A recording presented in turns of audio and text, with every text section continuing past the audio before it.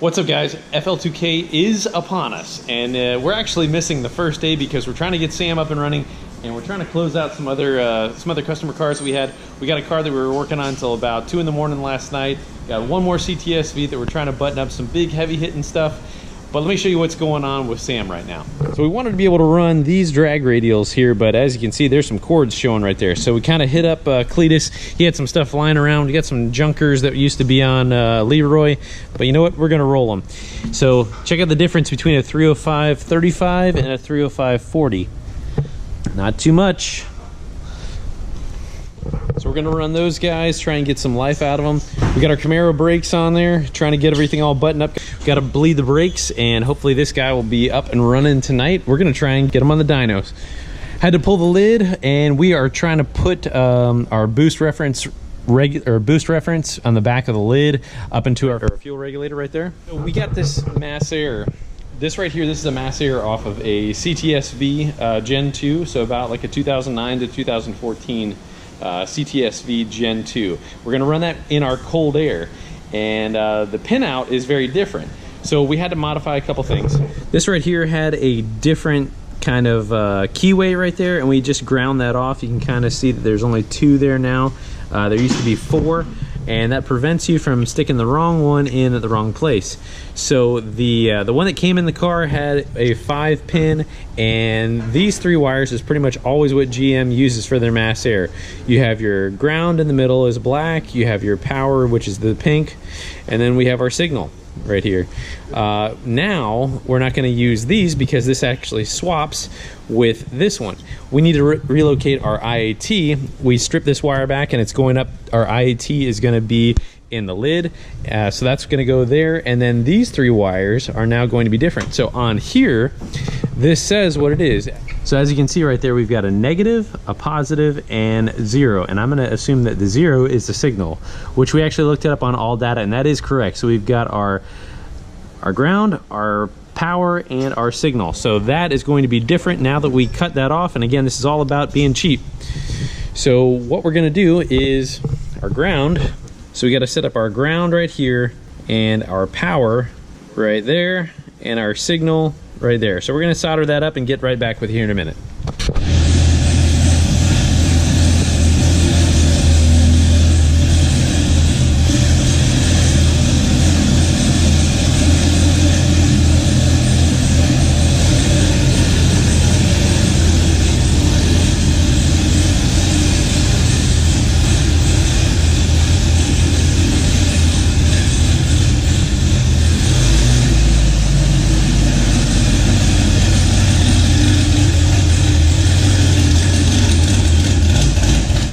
We have to overfill the transmissions on these when these cars get decent power and a good tire on at the track.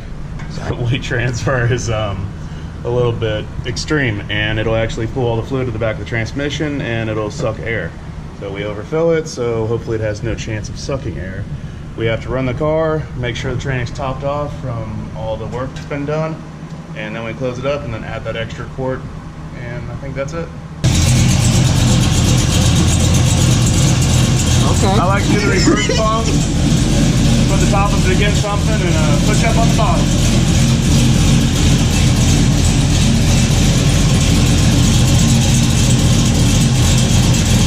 All right, while I'm sitting here waiting for these guys to top off the transmission, I am, it's about 2:15, and I'm going a little cross-eyed here, but I wanted to mention a couple things that were really, really important that we kind of changed.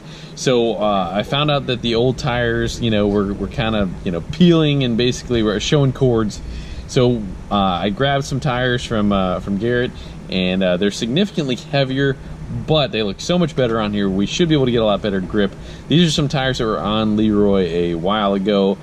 He said that they never really balanced well, but that is quite all right. They're way better than what we have right now. So that is a little bit of extra weight, so that is going to have a little bit of a power penalty.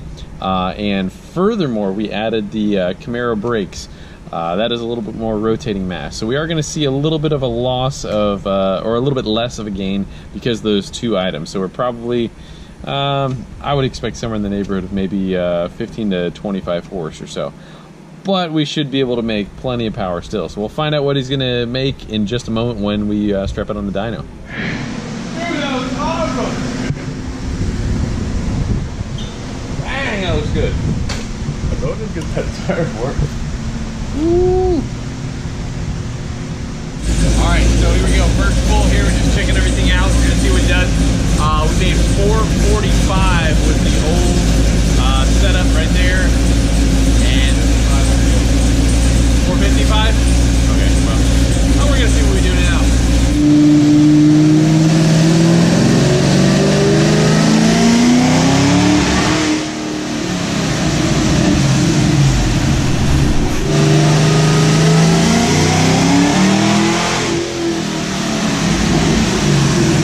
All right, guys, so we got a big problem here.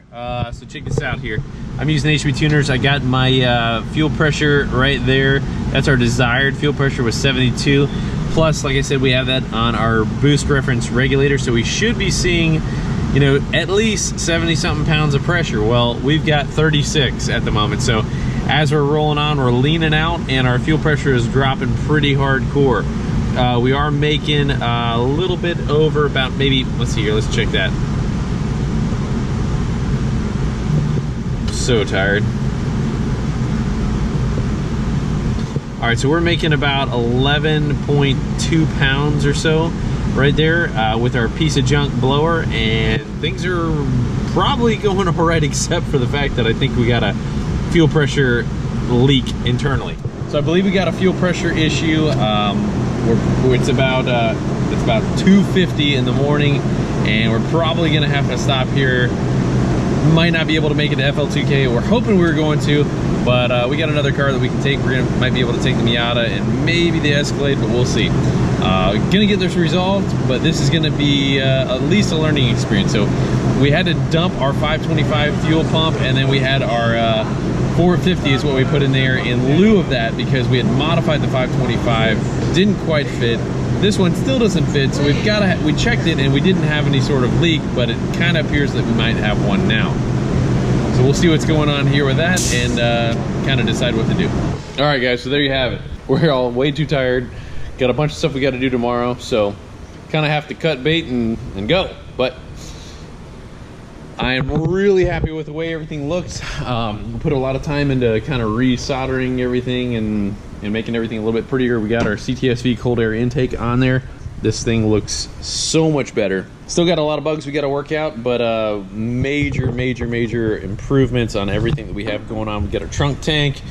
Got our fuel system mostly figured out, except for the obvious fuel pressure drop. We should be able to address that, but that's really the only thing that's holding us up. We did not install the methanol yet. That is going to come soon, but we just had too much work going on earlier today to get everything else done. We'll catch up and find out what we got to do next, and keep you guys posted.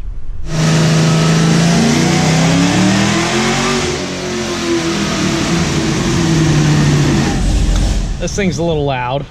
So that's still a partial pull. It's still pretty lean, but that made right there 586, 548. So we're already up over our best torque. Let's see here, 150 pound-feet of torque, and well, let me see about the horsepower here. I think we're up about, that was only like 4,500 RPM or something like that. So let's see what's going on here, but it looks as though we've resolved our fueling problem. So let's check this out.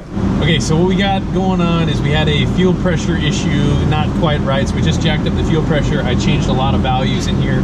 We'll see what we got. I might take another 1 or 2 iterations in order to get the fuel system totally ironed out. But we are ramping up the fuel to the car. We want to see what we can get. But see what we got going on here. So this is pull number 2. Fuel. Little tired battery.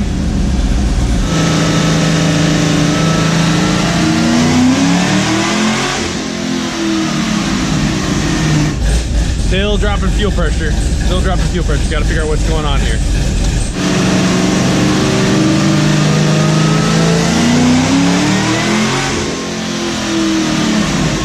Same thing. Just fighting fuel pressure dropping. Trying to figure out why this thing is acting up. Trying to make sense of it. All right, guys, having some fuel pump nightmares here. This has been no fun, but we're gonna get to the bottom of it here. I think we have some sort of issue with the pump. It seems to be generating decent pressure, but it drops as soon as we're leaning on it pretty hard. So either I think we got some sort of amperage issue, or a restriction, or a leak, or the fuel pump is just a piece of junk. One of those is the option. So I mean, that one of those is the answer, and we're going to find out what it is. So we're going to try and change out the pump that we have right now. We have another beefier pump that Cooper is going to let us use, and we'll see what it does. So that's a DeechWorks 400, and supposedly it's a pretty beastly pump. We have a 450 in there right now, and maybe it might be a Chinese counterfeit. We don't know, but we're going to find out. It was one that we had lying around. Our 525 we had to modify, and it didn't really fit into where we were, so we couldn't get our hose, our supply hose, to the outlet of the fuel pump because we had modified it. So it was kind of like we're screwed if we do and if we don't. So our backup pump was the 450 liter per hour pump, and it doesn't seem to be doing what we need to do. So we're going to try the DeechWorks 400 and see what happens here.